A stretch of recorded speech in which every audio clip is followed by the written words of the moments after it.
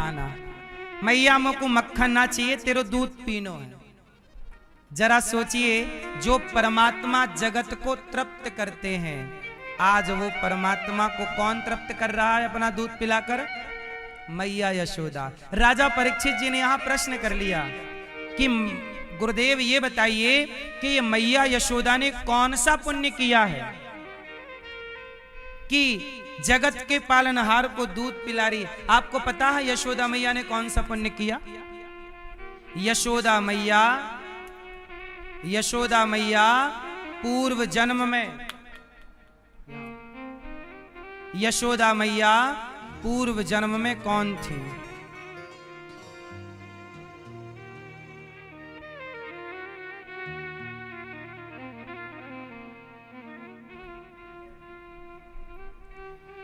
यशोदा कौन है? क्या पुण्य किए हैं माता यशोदा ने? तो मां यशोदा ने कौन सा पुण्य किया कि जगत के पालनहार का पालन मैया कर रही हैं, दूध मैया पिला रही हैं? क्या पुण्य हुआ होगा? परीक्षित जी ने सवाल किया। तब सुखदेव भगवान ने कहा, द्रोणो वसुनाम प्रवरो धरया सह भार्यया। सुनो परीक्षित, यूं ही वृंदावन नहीं मिलता। बिहारी जी की महफिल को बिहारी जी सजाते हैं और वृंदावन वही आते हैं जिन्हें बिहारी जी बुलाते हैं। क्या बिना बुलाए आप आ गए? क्या बिना कृपा के ये दास अनिरुद्ध आपको कुछ सुना रहा है? नहीं मेरी माँ, यदि ये दास कुछ बोल रहा है तो ये मेरी वाणी नहीं, मेरी क्या ताकत के मैं कुछ बोलूं? मैं कुछ नहीं कहता, जो कहते हैं भगवान ही कहते हैं। इसलिए मैं तो शून्य हूं, भगवान की मर्जी से सब कार्य। आज गौरी गोपाल में जितनी सेवाएं चल रही हैं, क्या ये मेरी मर्जी है? नहीं, ये वृंदावन भगवान का धाम है। भगवान को यही करना था कि मेरे धाम में कोई भूखा ना रहे, इसलिए भगवान ने ही ये गौरी गोपाल रसोई चालू कराई है, भगवान ने ही ये कार्य कराया है। उनके धाम में उनकी मर्जी के बिना थोड़ी पत्ता हिलता है। यहां कोई कुछ काम कर सकता है क्या? इसलिए हम तो उनके दास हैं। मैं करता हूं, यदि मैं ये कहूं तो इससे बड़ा अज्ञान क्या होगा, इससे बड़ी मूर्खता क्या होगी? इसलिए मेरी माता धरा ने सेवा के बल पर कृष्ण को पुत्र के रूप में पा लिया। हम भी भगवान को पाना चाहते हैं, लेकिन ऐसा नहीं कि भगवान आए दर्शन दिए गए। नहीं, जैसे संबंध मां यशोदा ने रखा सदा के लिए, ऐसे आप भी भगवान से कोई एक संबंध रखिएगा सदा के लिए। सदा के लिए अपने आप को समर्पित कर दीजिएगा भगवान के श्री चरणों में। यही यशोदा आज लाला को दूध पिला रही हैं। तभी चूल्हे पे चढ़ा दूध उफनने लगा तो भगवान कृष्ण को मैया नीचे उतार के चूल्हे का दूध उतारने गई। भगवान बोले, अच्छा मुझे छोड़कर मैया चूल्हे के दूध से प्यार करती है जो चूल्हे पे पक रहा है? अच्छा, चूल्हे का दूध उफनने लगा। क्यों उफनने लगा? वो दूध भी कृष्ण के पेट में जाना चाहता था, कृष्ण के अधरों से लगना चाहता था, लेकिन जब दूध को ये नसीब नहीं हुआ क्योंकि मैया ने अपना पिला दिया, तो दूध बोला अब जी के क्या करेंगे, इसलिए बेचारा आग में कूद के मर रहा है। दूध क्या करता? कृष्ण के बिना आया काम नहीं तो आत्महत्या का क्या करें? तो इसलिए चूल्हे का दूध उफनने लगा। मैया दौड़ी दौड़ी गई, भगवान को उतार के भगवान बोले, लो अभी कह रही थी पूत बड़ो प्यारो है, दूध कछू नाए, अब दूध उतारवे की ताई पूत छोड़ के चल पड़ी। भगवान ने डंडा उठायो, सारी मटकी तोड़ दी कि मैया को मन मटकी में ज्यादा है, मैया को मन दूध दही में ज्यादा है। सारी मटकी भगवान ने तोड़ दी। और जब भगवान की मटकी भगवान ने तोड़ी तो मैया बाहर आई, तो मैया ने देखा कि पूरे आंगन में दूध दही दूध दही। लाला का क्यों तैने? अब भगवान डरन के मारे भाग गए। एक अंधकार भरा कमरा था, वहां छिप गए। अब मैया लगी ढूंढने, पर मणि पहने भगवान प्रकाश हुए, मैया ने पहचान लिया। और जब गए मैया दौड़ी तो आगे आगे कन्हैया, पीछे पीछे मैया। जरा आप सोचो कि जो भगवान 2 पग में सृष्टि को नापते हो, तीसरा पग तो बलि के मस्तक पे रखा, सब तो 2 ही पग में नापा।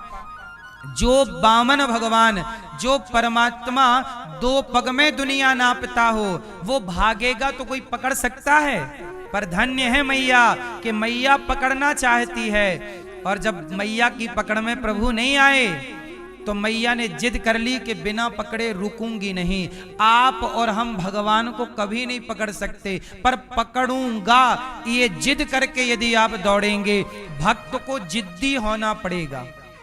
क्या होना पड़ेगा? मैया बोली मर जाऊंगी पर लाल आज पकड़ के रहूंगी। भगवान बोले अब तो पकड़ में आना ही पड़ेगा। तब भगवान ने कृपा की और कृपा करके पकड़ में आ गए। भक्त को कैसा होना पड़ेगा?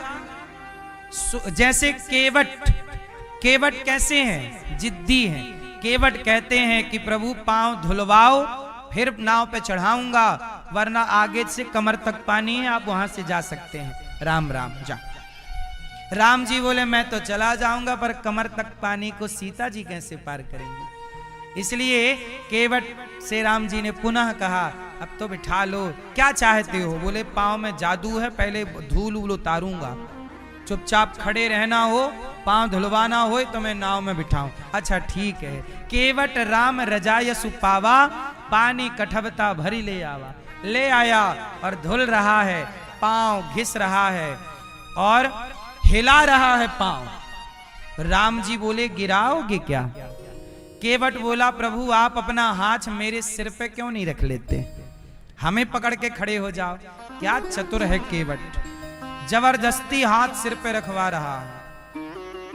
और केवट के सिर पे जब राम हाथ रखे तो राम जी रो पड़े। केवट बोला प्रभु क्यों रोए? राम जी बोले मुझे ये लगता था कि मैंने ही भक्तों को थामा है, आज पता चला कि भक्तों ने हमें भी थाम रखा है। राम को गिरने से केवट ने बचा लिया। चरण धोया, चरणामृत लिया, पत्नी को बुलाया, भाग्यवान तू आ और तू अपनी नई आंखों से देख। राम जी बोले पत्नी की आंखें नहीं है? बोले महाराज 10 साल छोटी है मेरे से, इसलिए वो चेक कर कहीं धूल वूल तो नहीं रह गई, वरना नाव यदि पत्नी बन गई, स्त्री बन गई तो घरवाली लड़ेगी कि एक थी दूसरी कहां से आई। इसलिए क्लियर कर लो पहले। धुलवाया, केवट ने चरणामृत लिया, पितरों को पार लगाया, अब नाव में बिठाया और नाव में बिठा के नाव डुला रहा है, भंवर में ले जाके घुमा रहा। राम जी बोले क्या हुआ? केवट बोला राम जी नाव फंस गई। कहां फंस गई? भंवर में, डूब जाएगी। राम जी बोले कि तैरना नहीं आता हमें। तो केवट बोला फिर एक काम करो, मेरा हाथ पकड़ो। केवट आप क्यों नहीं पकड़ते राम का हाथ? केवट बोला प्रभु मैं आपका हाथ पकड़ लूंगा तो मैं आपका हाथ छोड़ दूंगा, जरा घमंड आ जाए, जरा अभिमान आ जाए, लेकिन आप जिसका हाथ पकड़ोगे आप कभी नहीं छोड़ोगे, इसलिए आप पकड़ लो मेरा हाथ। इसलिए भगवान के हाथ को आप मत पकड़ लेना, भगवान से कहो ये रहा हाथ आप पकड़ो। इसलिए धाम जब भगवान के दर्शन करने जाते हैं रसिक भक्त, तो दर्शन किस मुद्रा में करते हैं? बताओ दर्शन की मुद्रा क्या है? इसलिए आप लोग दर्शन कैसे करते हो भगवान का? गए, खड़े हुए, अपनी डिमांड कही, भगवान बहू के बेटा हो जाए और ये सब हो जाए, आ गए। ये नहीं, दर्शन की एक मुद्रा है। जब भी भगवान के मंदिर जाओ थोड़ी देर के लिए अपने दोनों हाथों को ऐसे, छोटा बच्चा जब आपकी गोद में आना चाहता है उस समय उसकी मुद्रा क्या होती है? छोटा बच्चा दोनों हाथ ऐसे उठाता है और बार बार आपसे लिपटता है कि आप हमें गोदी लो, तो वैसे ही करता है कि नहीं? ऐसे करता है। क्यों? कि हमने अपना काम पूरा कर लिया, अब आप दोनों हाथ बढ़ाओ। तो मंदिर जाके प्रभु हम तो आ गए आपकी शरण में, अब आप दोनों हाथ बढ़ाइए और मुझे गोद लीजिए, आप मुझे धारण कीजिए, मैं तो आ गया, मैंने तो सरेंडर। हाँ, पुलिस जब किसी को पकड़ती है क्या हाथ उठाओ, हाथ उठाना मतलब सरेंडर, हाथ उठाना मतलब आत्मसमर्पण। आतंकवादी जो भी अपराधी है, पुलिस क्या कहती है? हाथ उठाओ, सरेंडर करो, तब नहीं हाथ उठा के आते हैं अपराधी। बोलो हाँ, सच बताओ, आप लोग अपराधी हो कि नहीं? बोलो, अपराधी हो? अपराधी तो हो। तो जब अपराधी हो तो ईश्वर के द्वार पे हाथ उठा के जाया करो ना, प्रभु आ गया सरेंडर करने के लिए, आत्मसमर्पण तो करो। अब करेंगे है नहीं, और डिमांड पूरी है। इसलिए ऐसे, हे प्रभु दास पर कृपा कीजिए, हम आपके प्रभु, ये हाथ हम आपको नहीं पकड़ेंगे, हमें क्या पता कि आपका हाथ कहाँ है, आपको पता है कि मेरा हाथ कहाँ है, इसलिए आप मेरा हाथ पकड़ लीजिए। केवट का सिद्धांत, हम उनका नहीं, वो हमारा पकड़ेंगे। केवट ने राम जी को उतर ठाणी भय सुर शरीरेता, सिय राम गोह लखन समेता। अच्छा, केवट कहता है राम जी बोले सुनो, तुमने पार लगाया, ये मेरी अंगूठी, ये अंगूठी लो। राम जी ने अंगूठी दी, लो। केवट बोला प्रभु ये क्या है? बोले देखो हमारे पास पैसा नहीं है, ये अंगूठी बहुत महंगी है, ऐसा करो जो उतराई होगी ना वो इससे तुम काट लेना, पूरी रख लो, तुम वापस मत करो कुछ, हम क्या करेंगे पैसे का, उतराई ये। केवट बोला वाह प्रभु, नाई से ना नाई ले तो धोबी से ना धोबी ले, उतराई दे के नाथ जात ना बिगाड़ी हो। सुनो, धोबी से धोबी कपड़ों की धुलाई नहीं लेता, नाई से नाई सेविंग के पैसे। और आप भी केवट, हम भी केवट, तो एक केवट दूसरे केवट से भला क्या रुपया ले? राम जी बोले हम कहां केवट, हम तो क्षत्रिय हैं, केवट आप हो। केवट बोला ना प्रभु, हम तो छोटे केवट हैं, आप तो थोक वाले केवट हो। कैसे? केवट बोला आप हमारे घाट आए तो हमने आपको गंगा से पार लगाया, जब मरकर आपके घाट आएंगे तो आप भव से पार लगा देना, यही उतराई है साहब। ये अंगूठी आप रखिए और आप हमें भव से पार लगाइए। किससे पार लगाइए? किससे? हाँ, भक्ति और भाव का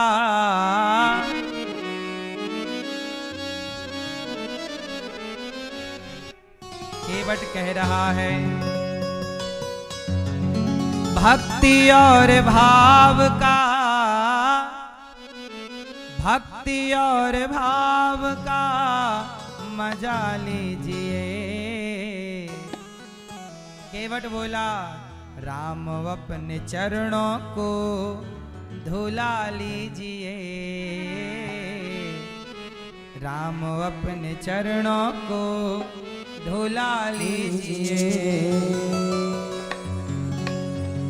भक्ति और भाव का, भक्ति और भाव का मजा लीजिए, राम अपने चरणों को धुला लीजिए, राम अपने चरणों को धुला लीजिए, राम अपने चरणों को धुला लीजिए, राम अपने चरणों को धुला लीजिए, धुला लीजिए, राम अपने चरणों को धुला लीजिए।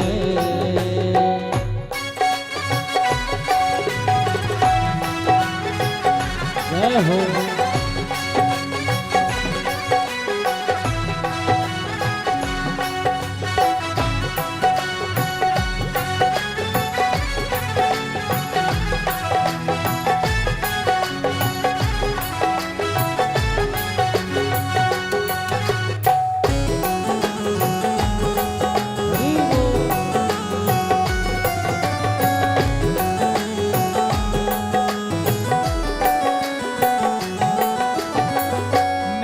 घाट आ गए, चरण को बढ़ाइए, आइए करीब आके चरण को धुलाइए, आइए करीब आके चरणों को धुलाइए।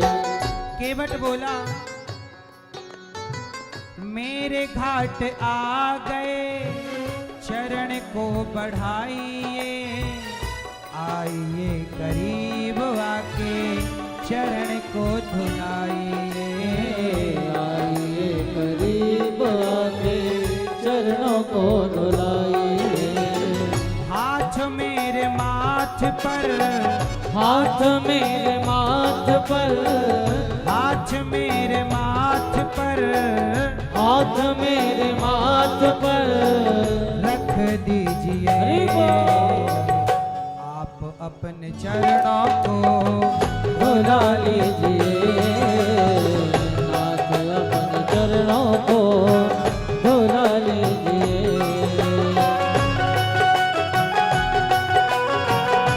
हरि बोल।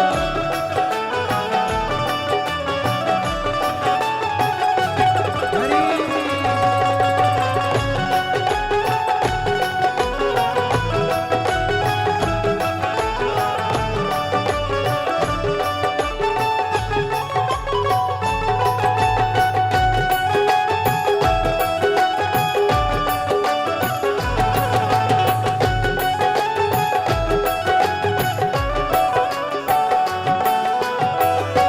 पीढ़ियों से पार करना केवटों का काम है, पार करते आप सबको केवटों का नाम है। पार करते आप सबको केवटों का नाम है। क्या बढ़िया बात कहता है केवट, सुनिएगा। पीढ़ियों से पार करना केवटों का काम है, पार करते आप सबको केवटों का नाम है।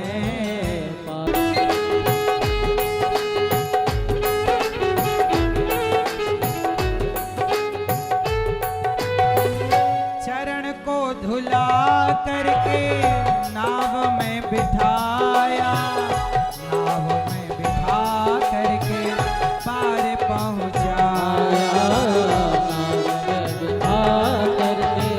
पार पहुँचाया। पार किया है तुमको, पार किया है तुमको, पार किया है तुमको, पार किया है तुमको मुझको भी तारिए। हे प्रभु, हमने आपको पार कर दिया, अब आपकी जिम्मेदारी हमें भी पार कीजिए। नाथ इस अनाथ पर दया कीजिए। नाथ दया कीजिए। नाथ इस अनाथ पर, नाथ इस अनाथ पर दया कीजिए। हरि बोल। राम अपने चरणों को धुला लीजिए, नाथ अपने चरणों को धुला लीजिए। नाथ अपने चरणों को धुला लीजिए। राम अपने चरणों को धुला लीजिए। राम अपने चरणों को धुला लीजिए। राम अपने चरणों को धुला लीजिए। मांगी नावना केवट आना, कहीं तुम्हार मरम में जाना।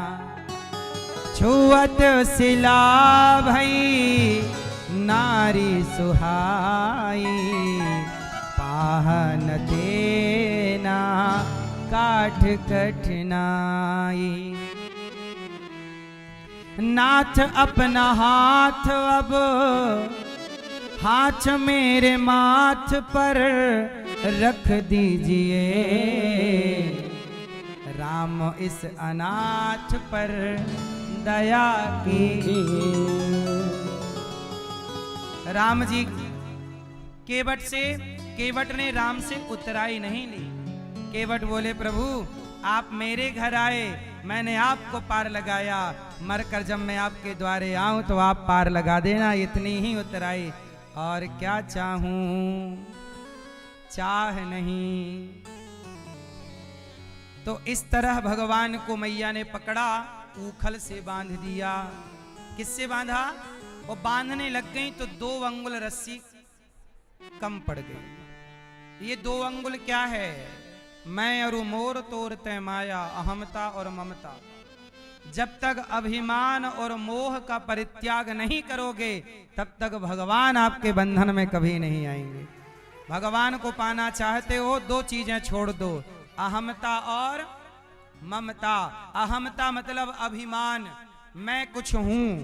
आप में से कितने लोगों को घमंड रहता है? 4 पैसे क्या मिल गए, घमंड में चलने लगे। ज्यादा घमंड आया करे तो कभी शमशान की तरफ निकल जाया करो। शमशान की तरफ जाना चाहिए, जलती हुई चिताओं को देखना चाहिए कि ये जो आज जल रहा है ये भी कभी तुम्हारी तरह घमंड में अकड़ के चलता था, आज राख हो गया कि नहीं? अगला नंबर अपना है रे बाबा।